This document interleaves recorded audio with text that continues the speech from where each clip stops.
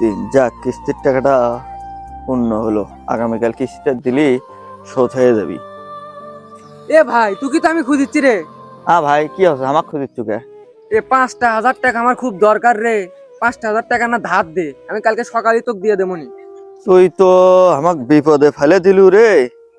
টাকায় আছে 5,000, কালকের দিন পর তো আমার কিস্তি। এই টাকা যদি তোকে দিই আমি সমস্যা করে যাবো। তুই দিবু তো সত্যি? হবে, দিয়ে দেবনি কালকে সকালে। আর তো সমস্যা নাই। তাহলে টাকা তুই যেহেতু চাচ্ছি এত করে, টাকা দিচ্ছি দোস্ত, কিন্তু কথার দ্বার নড়চড় হয় না। কালকে সকালবেলা আমাকে টাকা দিয়ে যাস, কারণ পরশু আমার কিন্তু কিস্তি আছে। এই টাকা না দিলে কিন্তু আমি সমস্যা করে যাবো।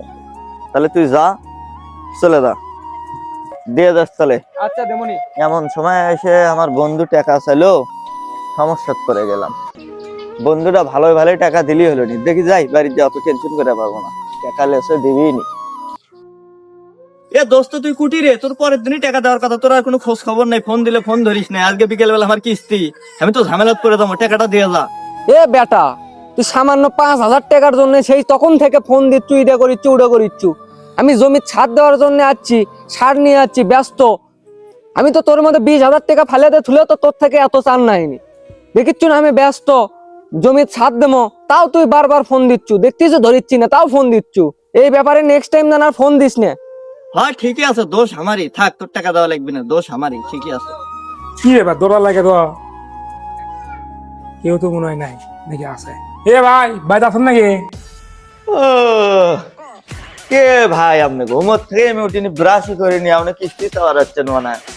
এই মিয়া, আপনি কিস্তি তুলে বসে আছেন মিয়া, কিস্তি তো এখন খবর নাই। 3 বাজে 12টা, এবার আপনি দাঁত ব্রাশ করিচ্ছেন মানে? আরে ভাই, আমি একটা সমস্যা করেছি। আমার জীবনে এরকম হচ্ছে, আপনি বোঝেন না।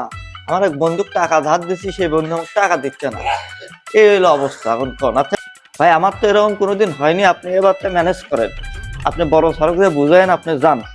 আমি বিকেলের মধ্যে একটা ব্যবস্থা করতেছি, যান আপনি, যান। আচ্ছা যান ভাই।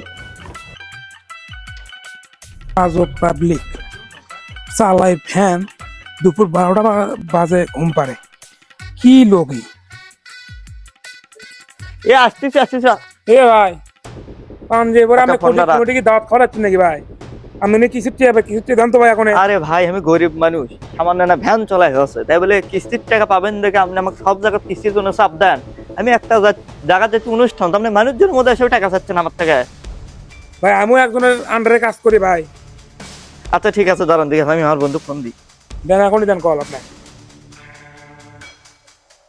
হ্যালো। হ্যালো। এ দোস্ত, তোর এই কাজটা করা কি ঠিক হলো?